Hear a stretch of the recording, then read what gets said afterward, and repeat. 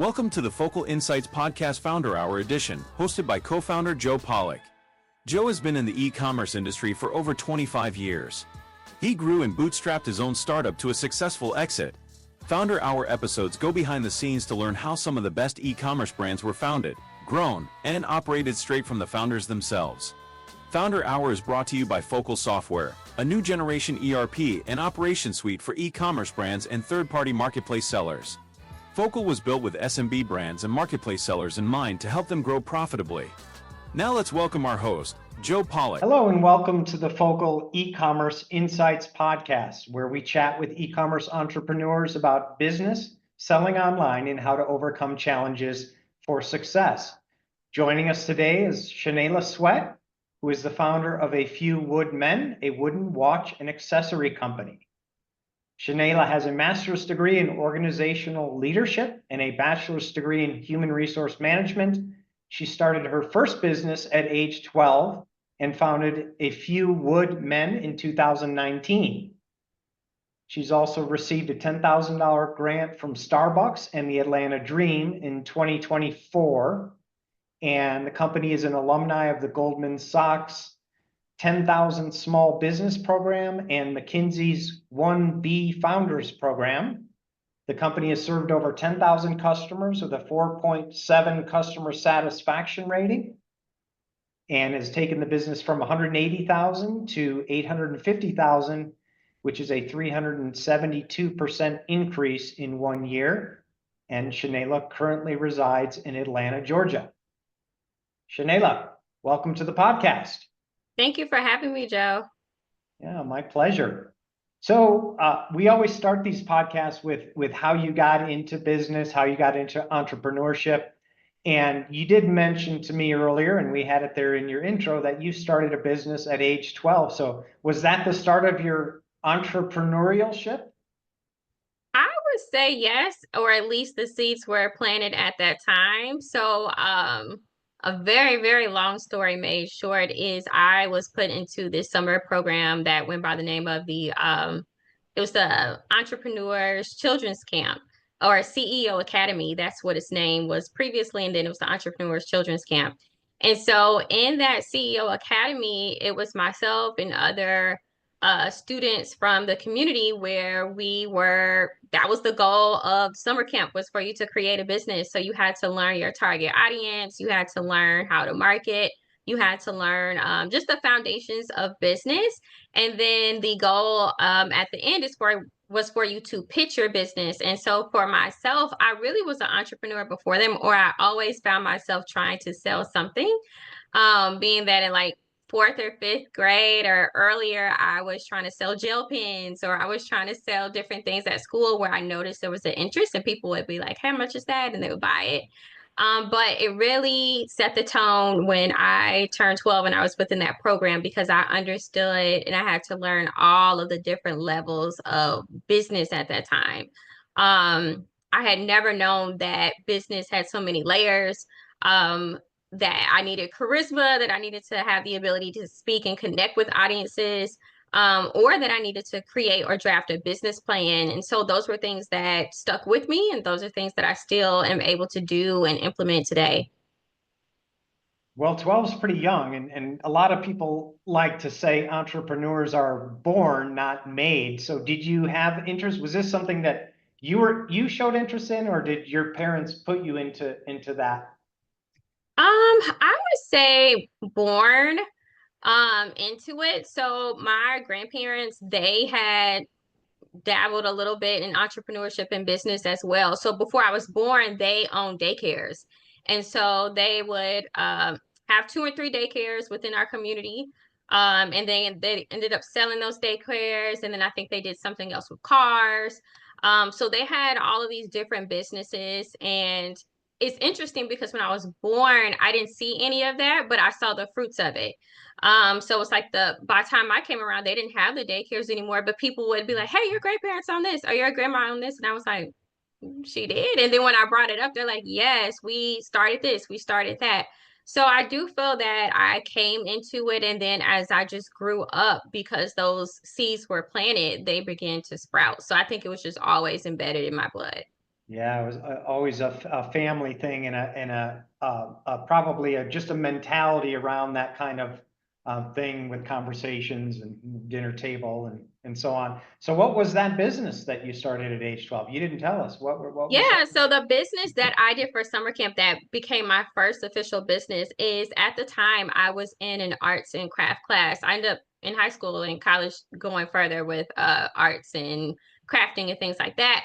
But at that time, I was really big into crafting with different materials. And so I was taking these, it was kind of like mud, clay, these natural elements at the time, and I was crafting those into plaques. So when I was like 12 and 13 years old, um, customization was very popular and it was trending. So at that time, all of the purses at the time had like an initial or your name on it. It was name belts that was coming out the time.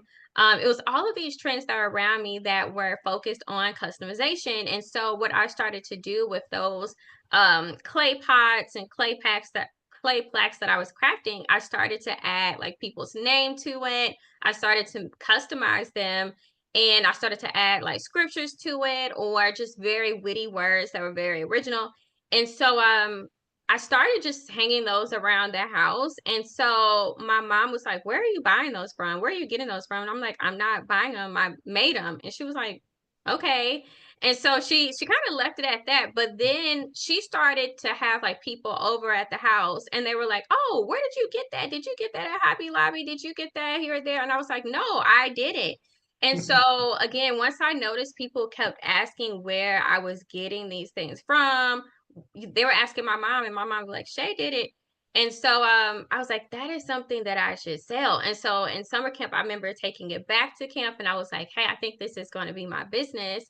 And honestly, I was a bit bored with it because I was like, this is so boring. You know, I could do so much more. But people kept asking me, and that was very similar to how A Few Women started. I never thought that that would be the brand that I would be growing and expanding, but it actually was birthed in a similar way to where people kept asking and they showed interest and they were willing to pay for it. So that showed and very much confirmed that there was a need. Yeah, yeah, and that's the big part of it is when you identify that there's a demand for something, and then you put it out there and see what you can Absolutely. do.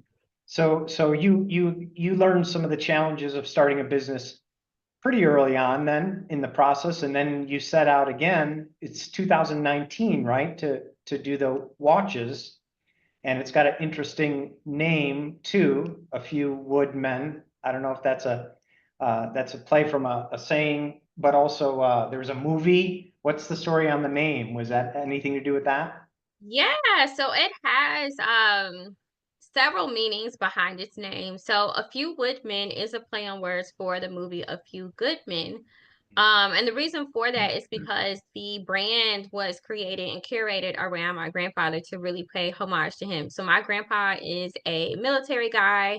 And outside from him also being a military guy, he's actually just a really good man, meaning he's kind of like the neighborhood grandpa. So other people have really taken to him. They consider him their father figure. So he's been a pillar in our community and still is at he'll be turning 85 years old this year, so still standing strong and very much, you know, a really good example and role model. Another reason why we have meaning in terms of A Few Woodmen and we didn't just call it A Few Good Men is because the majority, maybe 85% of our products are and have some type of wooden element, meaning they have a wooden dial, wooden inlays, if it's rings. Some type of wooden element is associated with our products. And that is for our timepieces, that is for our rings, a few of our other miscellaneous items. But we really wanted to have that play on word with double, triple meanings depending on who you're asking. So A Few Good Men is the movie we took from. Also, A Few Wood Men with that wooden element, and then for some other people, because it just represents like a man who is very strong in his stature and how he presents himself. A lot of people take to it that it has just a strong meaning of like a manly man. So A few women has multiple meanings behind it, but that is essentially where it came from originally. All right. Well, that explains it. Okay, so the wood watches are a little bit unique for sure.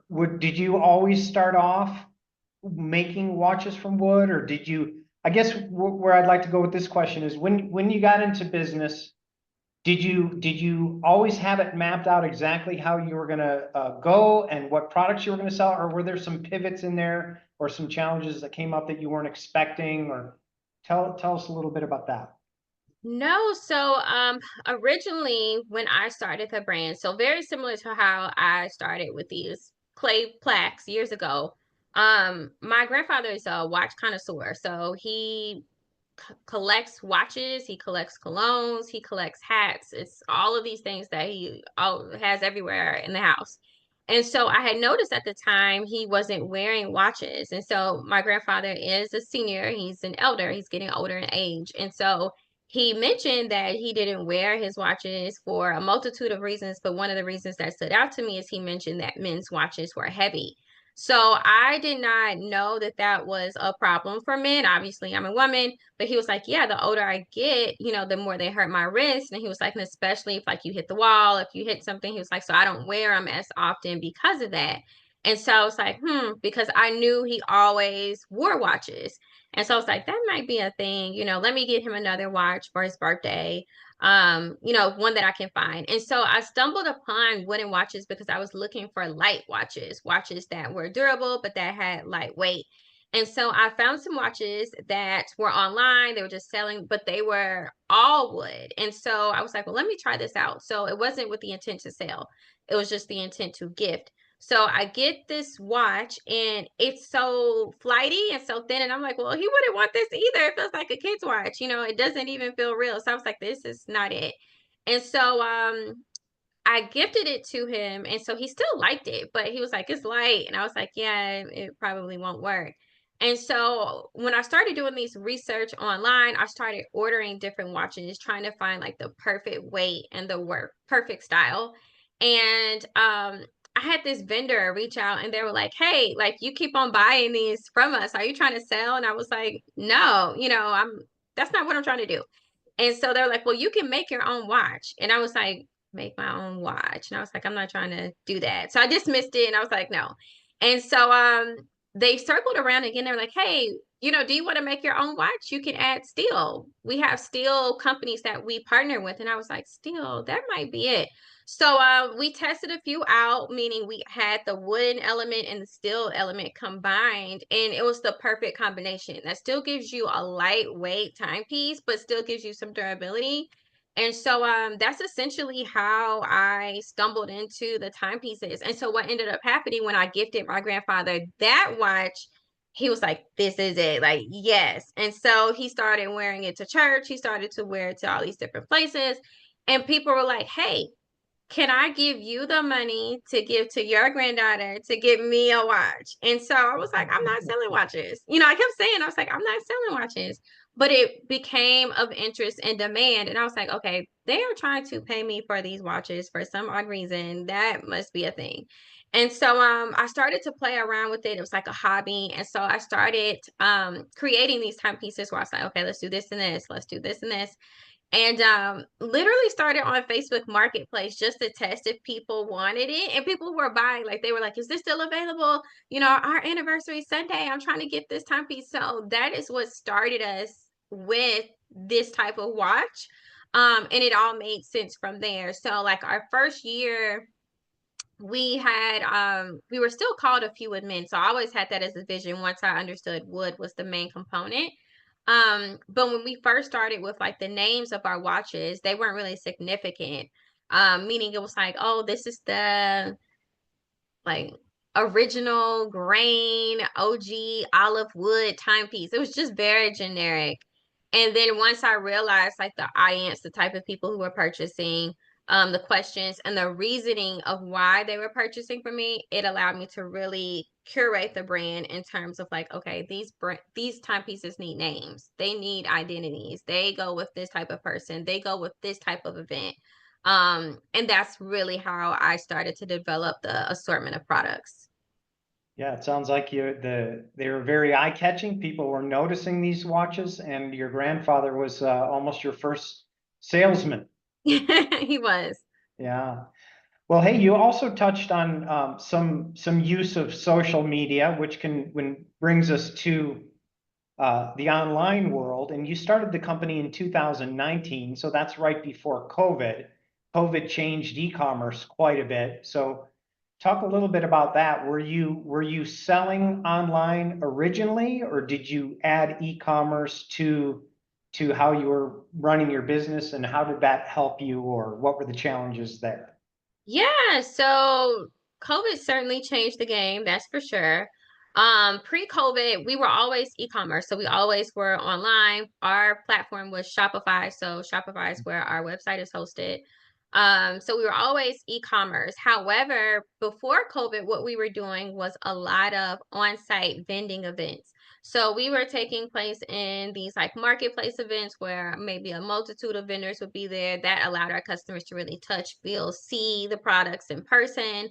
They're able to put them in their pocket and kind of walk around with them to understand the weight. So we were doing a lot of on-site marketing, and we did have our social media pages. Like I mentioned, we were doing stuff with like Facebook Marketplace. We were doing those vending events, things like that. Once COVID hit, that shut everything down, as we all know. And so we really had to pivot to say, okay, well, we can't do our quarterly vending event like we were before. We can't do the one that's for Black Friday like we were before.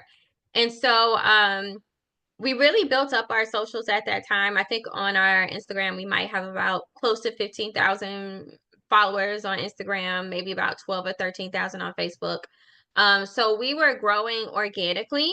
And so we were growing, we were posting regularly, doing all of the things. And then maybe year three is where we implemented paid advertisement, because what was changing with the landscape of digital marketing is because so many people had to pivot to organic strategies. Facebook and Instagram and platforms like that, now we're pushing small businesses to pay to play, meaning organic will only get you so much reach or visibility, but if you really want to be seen, you have to have some type of paid platform or paid advertisement within your means of marketing.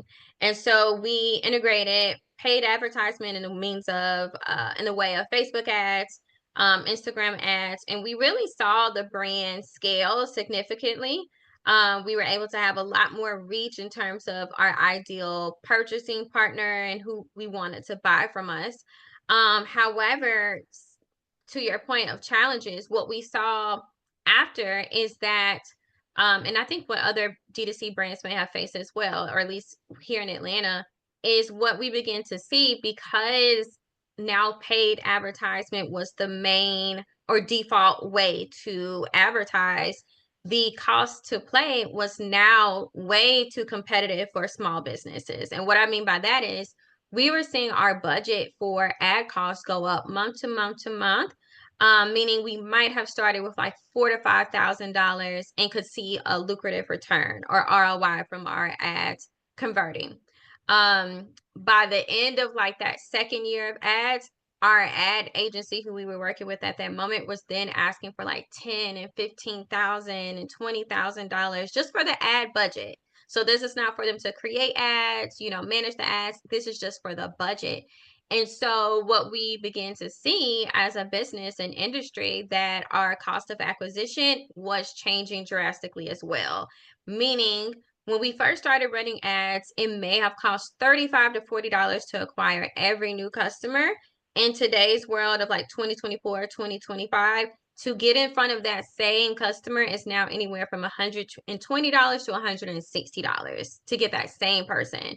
So essentially we went from organic, paid, to having to stop paid altogether, because it started to break the business in like 2023, 2024, to now we're looking at and implementing different marketing that implements organic again, but in a different way, because it's not how it was before.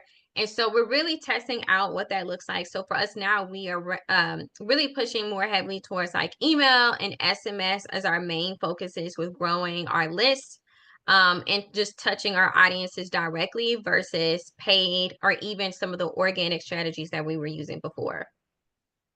Yeah, and when you talk about the advertising and the cost to advertise and the pay per click, pay to play markets, a lot of those are designed so that they can appear to be successful, but you're just not generating the sales from them. So they can generate the traffic and get the spend from you, but you're not getting the results that are needed. Exactly. Did you find that was because a lot of agencies are the platform themselves is designed that way, right? They want to make as much money as possible from your ads.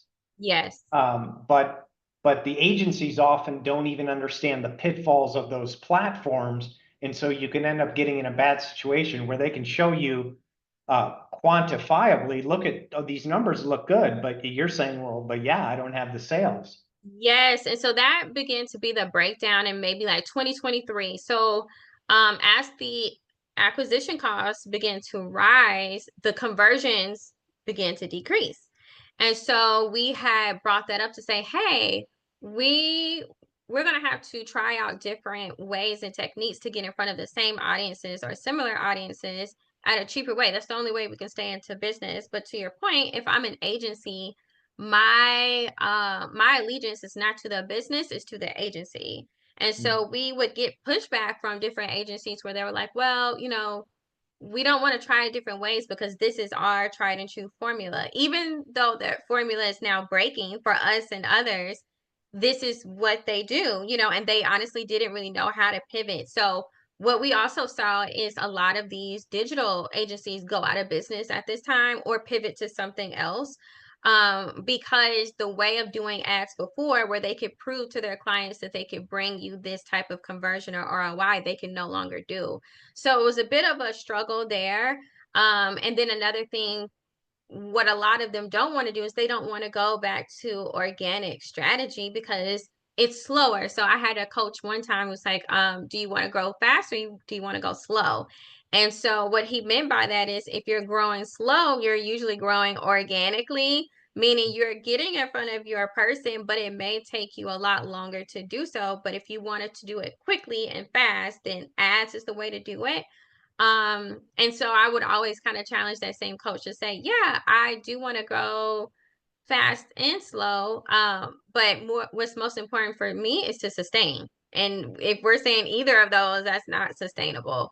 So we really had a bit of a power struggle with agencies at that time because of those dynamics playing out. And us just seeing those shifts in real time that just were not feasible for our brand. Yeah, and that's exactly true that you can do it fast or slow with organic, but really it shouldn't be a choice between one or the other. You really have to do both, and you have to Yes, do it with multiple platforms so that you're not relying on just one where something can happen and then you're stuck. yes, Like you hear a lot of Amazon sellers, for example, if that's their only marketplace and their only revenue stream, sales stream, if there's a big change there, it can have a massive impact on their business. yes. And we were seeing that and I still see that now. So it's been a few people who they're not necessarily in the watch industry, but they're in like the D2C industry. So they sell some type of good. And so they've had a heavy reliance on one platform. Well, to your point, if the algorithm changes, if they have changes in fulfillment, right? If they have changes in just any little thing, you can see a complete disruption in their business. And so that was our whole point of trying to diversify and really push the agencies. Because with the agencies, I like to stay if we have a relationship.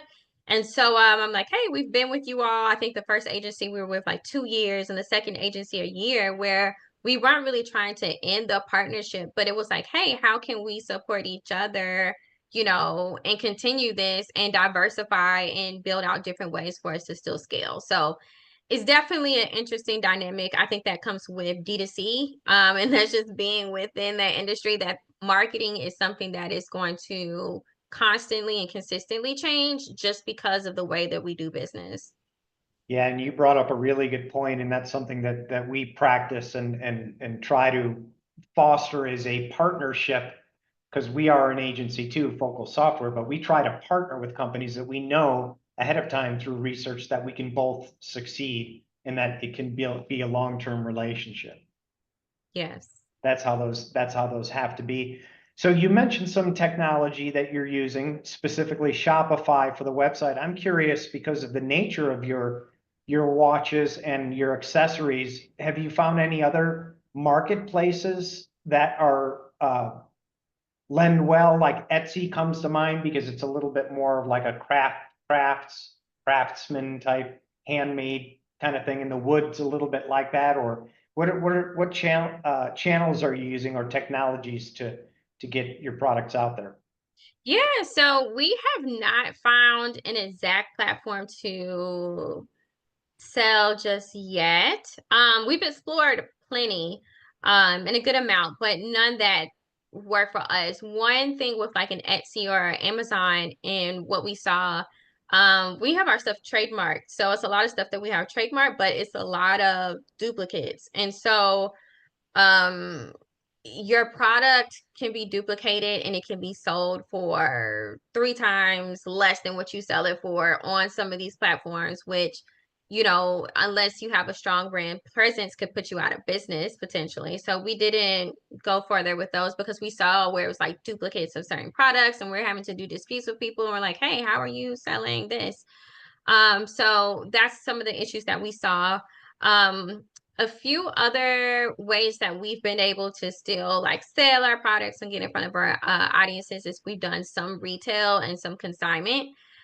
So we've had like some of our products in certain stores. We had a partnership with the airport. I'm from Nashville originally, so in the BNA or Nashville Airport, they carry some of our products. So we've seen products go out via that channel. And then we've had some other people reached out to have our products on their marketplace. But one of the things that I don't necessarily like when we enter like the marketplace atmosphere is that the experience is different for our customers. So you don't necessarily know a few admin, whomever the marketplace, whoever that host may be.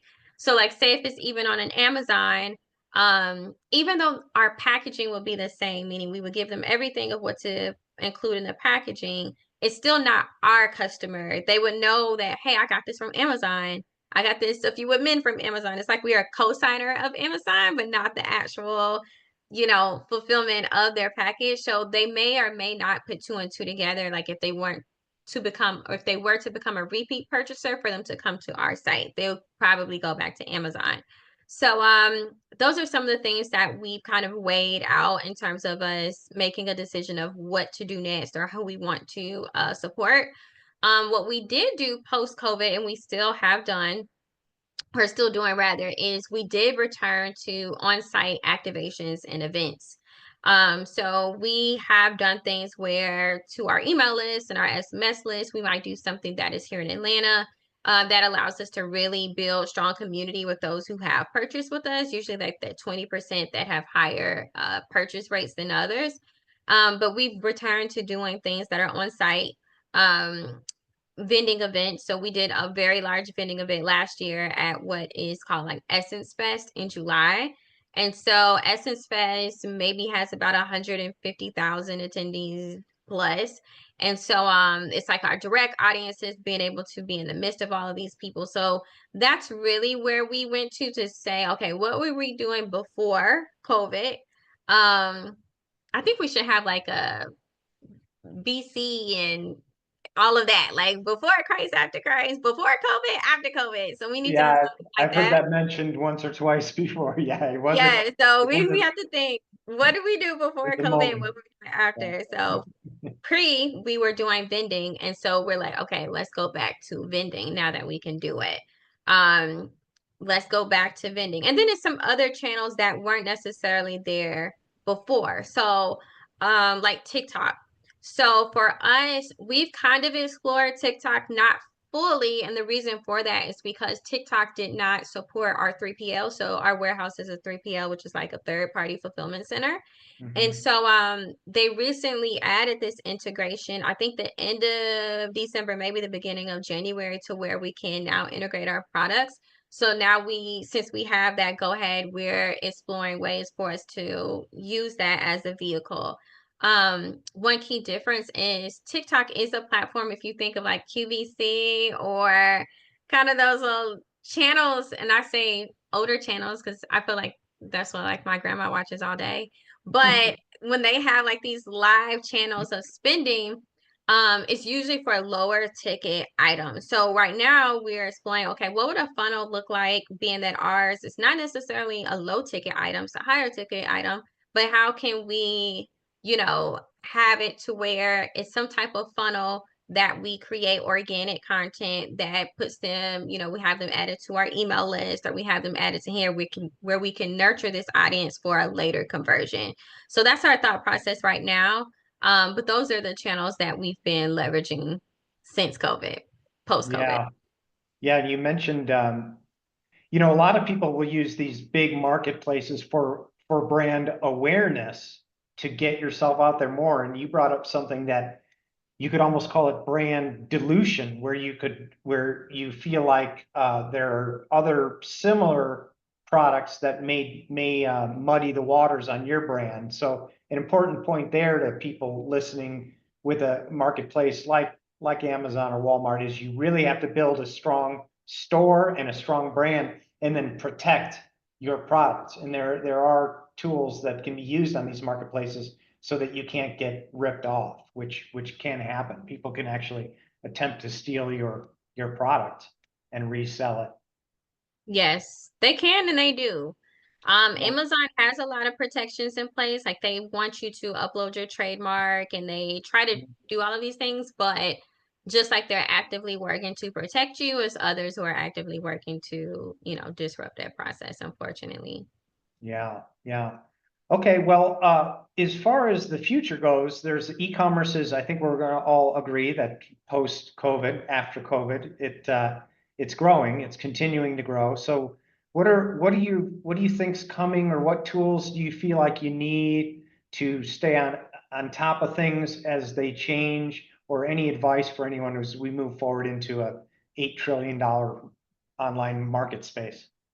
Yeah, so some of the trends and data points to, and what we're seeing too, is customers and prospects, they are wanting more in-person experiences. I think that's a result of COVID and people, being in the house and not having, the same accessibility as before. So we're seeing that across the industry that a lot of the customers are wanting in-person experiences. I want to say recently Shopify has put a lot of their dollars into I want to say Simon Properties is who it is, which is retail space. So that tells me too, we don't know what that'll look like exactly, but I wouldn't be surprised if they are going to start to invest in like brick and mortar, pop-up locations, things like that for select businesses that are spending, and for you to activate your customers in very specific locations. So again, I think in person is going to be very big. A hack that my business was able to tap into, and other businesses as well, is Facebook groups. So one of the things, and one of the ways rather, that we were able to nurture our audience that was organic and provided direct reach to our customer is we built out a Facebook group. And so what we did is, email is great, SMS is great, but a lot of times people want to know, what's going on real time. They want to know about you as a founder, if you are the face of your brand. They want to know about updates. They want to know about changes. So when we had our Facebook group, and that's our group for that 20% that I had mentioned earlier, they give market insights. They give real-time results, testimonials. They tell you what they want to see in the next product. And then they also are very much more connected to you and your brand because of that. So I would say just community building is what I'm seeing. What I would have liked to have seen in the beginning versus like now is, and Shopify is getting a little bit better, is more dashboards built around the analytics of your brand or business. And what I mean by that is, even to where we are now, I had to do deep dives into the analytics and understanding our numbers to recognize what was going on when we were doing paid advertisement. So it wasn't really visible if they're saying, well, your cost of goods is this amount of your margins is this. And I'm like, yes, but it's something else that I'm not even able to articulate that it's happening. But essentially we end up building out like our own custom dashboard. But I would say like software that is around that. So we were exploring NetSuite previously. Um, I'm a consultant by trade as well. And so for our bigger clients, as a consultant, I'm like, hey, like, this retail client, they're using NetSuite. Why is this or a variation of it not available to smaller businesses, right? Businesses who are between that $1 and $10 million mark or $10 million plus, like they really should have more visibility in terms of analytics and diving into their business, understanding how marketing, fulfillment. If I have an omni-channel and I'm across these platforms, a MarTech platform, like we need to understand how all of this is relating to cash flow, understanding the red, green, and black. And so I would say tools like that is what I see coming down the platform and making it very user friendly. So think of NetSuite and Canva had a baby or something like that. Something that's very visually appealing, easy to, drag and drop. I think things like that are essential. And then tools and support and resources around community building. So I think community building is just going to be very integral in terms of the businesses that have the most success moving forward. As people feel more attached to businesses, and they're kind of moving away from the bigger retailers, and they're really, putting their dollars where it resonates with them and their values. So I think community building tools are also going to be essential and needed more and more in the face of like AI and all of these other things that we hear about. Yeah, and you just mentioned something that we focus on very heavily, which is having a system or a dashboard that can see all of these different channels that you're using, not just for the sales, but for the marketing as well, so that you know where that money's being spent and where all the fees are, because there's so many little pieces of that pie that get hit in the process, including shipping it to the warehouse, shipping it to the customer, all the fees associated with it on multiple platforms. And that's something that we've been focusing on for a long time, because that is a big gap. A lot of small businesses don't have $10,000 per month for NetSuite. Exactly. So there has to be another Exactly. solution. So it has to be something there that supports that, because to your point, $10,000 is a lot, but I say all the time, small businesses are not corporate businesses, so we're not funded. So you don't have a R&D budget, you don't have a L&D budget, you don't have these budgets to kind of tinker with, to explore and do all of this testing to figure out what works. You need tools that support, and I want to say more than half of our country is supported by small and local businesses. So it's definitely a need there for us, because to your point, fees, that is a big thing. Um, Fees add up. So every transaction, it's fees associated with processing, right? So if you're on PayPal, that's a processing fee. Stripe, whomever is processing. If you're using Shopify or Wix or whatever platform you're on, that's a monthly fee. For us, we have apps. So we have so much customization on our site, meaning our customers can like customize their timepieces, but those are multiple apps that all have associated fees. As you build out your team, you have all of these subscriptions. If you're in a Slack channel, if you're in a WhatsApp channel. So yeah, all of these things add up. And then understanding the dollar. One of the things that was super complex that still blows my mind, that I feel like most people don't pay attention to, is D2C is so it's advanced math. Okay. It's advanced math more than what I learned in school. Okay. And I have a master's, and I was like, I don't remember this in none of my classes. Like, did I miss? But I understand. I was like, this is, you need someone who's really, really digging into your numbers. So one of the things that we realized, really during that whole debacle of like paid advertisement and cost of acquisition, digging into it, is understanding the formulas around your product. And so, for instance, for us, one of our discoveries was like, hey, yes, this is your margin, this is your cost of goods, this is your operational cost, but your ROI is not directly coming into your account. You see your ROI over a period of time. And so I'm like, who would know that? That's just beyond me and my knowledge as a founder, an entrepreneur, that I'm like, okay, if I had a tool, especially at that time, or something that guided me, I wish I would have caught that earlier. Or I wish would have been able to articulate that more to some of the partners that we had at the time, of things we needed to look at and understand in terms of like scope creep and our budget at the time. Yeah, because you really have to have, or one of the problems is even having visibility to all of these fees, or having to go to so many different places and build so many different spreadsheets that it's all time consuming, and then you can't even really run your business. So that is It is. a big challenge with omni-channel selling. Absolutely. Okay, well, let's circle back to just general business stuff. Since you've started at age 12, you're rolling now with a few woodmen. And what advice do you have for anyone that's thinking of getting into business, or maybe to a 12-year-old girl or boy? General business advice. So I would definitely say start. And I would start by testing. So I didn't realize that at a young age I was just testing.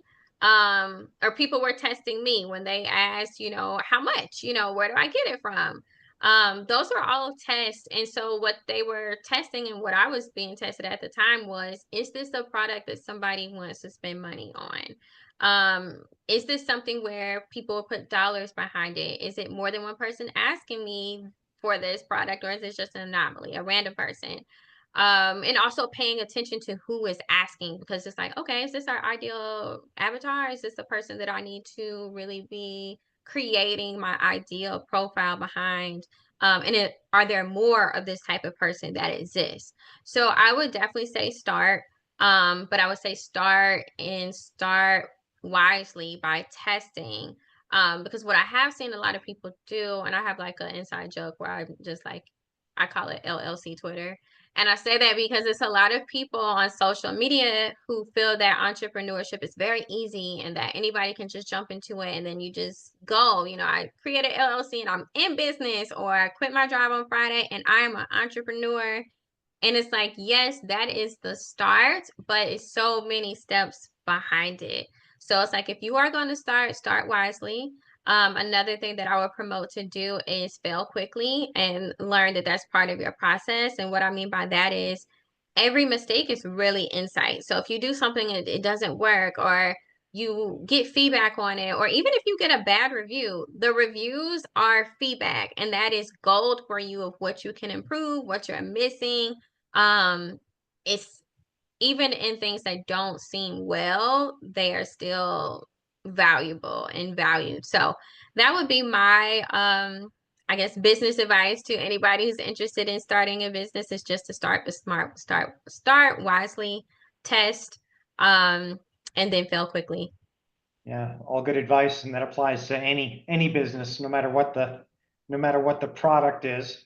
But speaking of products, we've been talking about wood watches, which most people probably don't even know what that is or what it looks like. So why don't you tell any listeners how to find your cool watches and accessories, or to find you, since you mentioned community, maybe somebody wants to chat with you. Yeah, so our website is www.afewwoodmen.com. So it's just like a few good men, but it's a few wood men. So you can find us online. We have a current sale where it's like 25% off all of our products, because again, like I mentioned, we are in between a pivot. So we are transitioning a lot of our on-site inventory. We're moving to a different business model. But all of our products are magnificent. And I'm not just saying that just said. We have 1,500 plus 5-star reviews from real people who purchase from us, who would validate and say the same. They're beautiful products. So we also sell rings. So tungsten rings, we selected tungsten on purpose, meaning that they are very strong and durable. So if you have a milestone, wedding anniversary, or just someone special, we also carry rings along with our timepieces and bracelets. So sometimes people want to gift our bracelet sets as well. So afewwithmen.com, that is our website. If anyone wants to email me or has questions, it's my first name, Shanayla, at afewwithmen.com. I usually like to answer questions from other founders or people who are interested, just because I wish I had somebody to email when I was starting. But yeah, my personal email is Shanayla at afewwithmen.com. Just if anyone had questions about the business, myself, or what it looks like being a founder and coming up in the ranks of business in the industry that we're in today. Yeah, awesome. All right, well, with that, I think we will wrap up this podcast.